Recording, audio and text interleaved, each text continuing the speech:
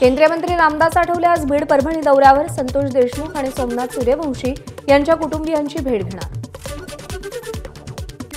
धाराशिवमधील सरपंचावरती हल्ला करणाऱ्या आरोपींचा शोध घ्यावा या मागणीसाठी तुळजापूर तालुक्यातल्या मेसाई जवळगा गावातील संतप्त नागरिकांचं आंदोलन। परभणीमध्ये सकल मराठा समाजाची बैठक संतोष देशमुख हत्या प्रकरणातील दोषींवर कारवाई करण्याच्या मागणीसाठी मोर्चा काढण्याबाबत बैठकीमध्ये चर्चा। 4 जानेवारीला परभणीमध्ये मूक मोर्चा काढणार। बीडच्या शिवाजीनगर पोलीस ठाण्यामध्ये जितेंद्र आव्हाडांविरोधात गुन्हा दाखल। आव्हाडांनी मानहानी केल्याचा धनंजय मुंडेंच्या कार्यकर्त्यांचा दावा। भाजप नेते किरीट सोमय्या आज मालेगाव दौऱ्यावरती आणखी एक घोटाळा उघड करण्याचं सोमय्यांचं सूतोवाच। अमरावतीच्या मोर्शी तालुक्यातील विचोरी गावामध्ये 32 विद्यार्थ्यांना विषबाधा। जिल्हा परिषद शाळेतील माध्यान्ह भोजनातून विषबाधा झाल्याची माहिती। 6 विद्यार्थ्यांची प्रकृती चिंताजनक। धाराशिव जिल्ह्यातील उमरगामध्ये 3 अल्पवयीन मुलींनी स्वतःच्याच अपहरणाचा बनाव रचला। घरातून 5000 रुपये चोरून दक्षिण कोरियाला जाण्याचा प्लॅन केला। गोरियातील BTSV ग्रुपला भेटण्यासाठी मुलींनी घरातून पळ काढला। नागपूरमध्ये हत्यासत्र थांबेना। काल भर दिवसा झरीपटका ख्रिश्चन कब्रस्तानच्या चौकीदाराची हत्या। मारेकऱ्याला पोलिसांनी ताब्यात घेतलं। नागपूरच्या गांधीबाग परिसरात एकाची हत्या। हल्ल्यामध्ये 1 जण गंभीर जखमी।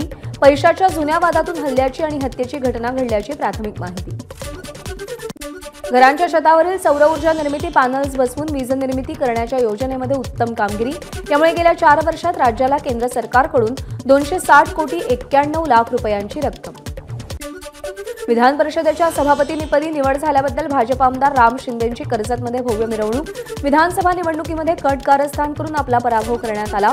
राम शिंदेंचा आरोप।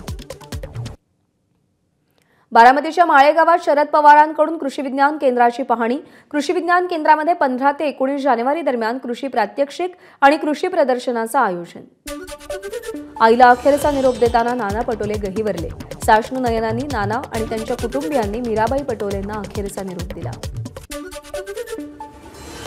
मंत्री भरत गोगावलेंनी साईबाबांचं दर्शन घेतलं। आतापर्यंत आमदार म्हणून येत होतो, यावेळी मंत्री म्हणून दर्शनाला आलोय। गोगावलेंची प्रतिक्रिया। म्हसळा शहरातील जानसई नदी संवर्धन प्रकल्पाला खासदार सुनील तटकरे यांची भेट। अधिकाऱ्यांना दर्जेदार काम करण्याच्या सूचना दिल्या। जानसई नदीवरील 5 कोटी रुपयांच्या संवर्धन प्रकल्पामुळे पर्यटन वाढीस चालना मिळणार। वर्ध्यातून बदली झालेल्या जिल्हाधिकारी राहुल कर्डिलेंसाठी विविध संघटनांकडून निरोप समारंभाचं आयोजन। पोलीस अधीक्षकांसह सामाजिक संघटनांच्या पदाधिकाऱ्यांनी उपस्थिती दर्शवली। नाशिकमधील सप्तशृंगी देवीचं मंदिर 2 जानेवारीपर्यंत 24 तास खुलं राहणार। नववर्षानिमित्त होणारी भाविकांची गर्दी लक्षात घेता मंदिर प्रशासनाचा निर्णय। सोमवती अमावास्येनिमित्त जेजुरी गडाला आकर्षक रोषणाई। सगळा परिसर रोषणाईने उजळला। जेजुरीच्या खंडोबा मंदिरात भाविकांची मोठी गर्दी। सलगच्या सुट्ट्या आणि आज सोमवती अमावास्या असल्यानं मंदिर गजबजलं। नाताळ आणि सलगच्या सुट्ट्यांमुळे सलग 3ऱ्या दिवशी पंढरपूर गजबजलं। विठ्ठल रुक्मिणीच्या दर्शनासाठी भाविकांची गर्दी तर मुख्य दर्शनासाठीही लांबच लांब रांगा। सांगलीतील जतच्या यल्लम्मा देवीच्या यात्रेची सांगता। यात्रेमध्ये खिलार जनावरांची तब्बल 5 ते 6 कोटींची उलाढाल। देवीच्या दर्शनासाठी भाविकांची जतमध्ये गर्दी।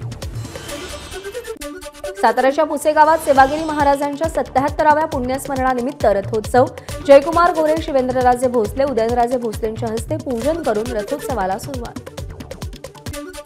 येळकोट जय मल्हारच्या जयघोषात दक्षिण भारतात प्रसिद्ध असलेल्या माळेगाव यात्रेला सुरुवात। नांदेडसह शेजारी जिल्ह्यातील भाविक मोठ्या संख्येने यात्रेत सहभागी। अलिबागच्या समुद्र किनाऱ्यावर पर्यटकांची तुफान गर्दी। सगळ्या हॉटेल्स आणि रिसॉर्ट्स फुल।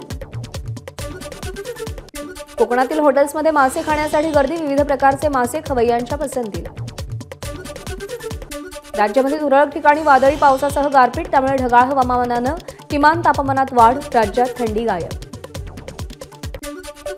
अकोल्यामध्ये पुष्प प्रदर्शनाचं आयोजन। विविध प्रकारची फुलं एकाच ठिकाणी पाहण्यासाठी नागरिकांची गर्दी। गेल्या 51 वर्षापासून अकोल्यामध्ये या पुष्प प्रदर्शनाचं आयोजन केलं जात आहे।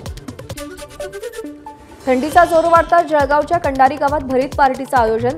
जवळपास 1000 लोकांनी भरीत खाण्याचा आस्वाद घेतला। अहिल्यानगरच्या म्हसेखुर्द गावात ऊसाच्या शेतात बिबट्याची पिल्लं आढळली। ग्रामस्थ भयभीत। वन विभागानं बिबट्याला पकडावं ग्रामस्थांची मागणी। पालघरच्या बोईसर तारापूर एमआयडीसी मध्ये परफ्यूम आणि फ्रेग्रन्स बनवणाऱ्या कंपनीला भीषण आग. यूके अरोमॅटिकसह आणखी 2 कारखान्यांना आग. 4 तासानंतर आगीवर नियंत्रण मिळवण्यात यश. वाशीमध्ये तहसीलदारांनी फिल्मी स्टाईलनं पाठलाग करून अवैध वाळू वाहतूक करणारा टिप्पर पकडला. गोपनीय माहितीच्या आधारे ही कारवाई करण्यात आली. एबीपी माझा, उघडा डोळे बघा नीट.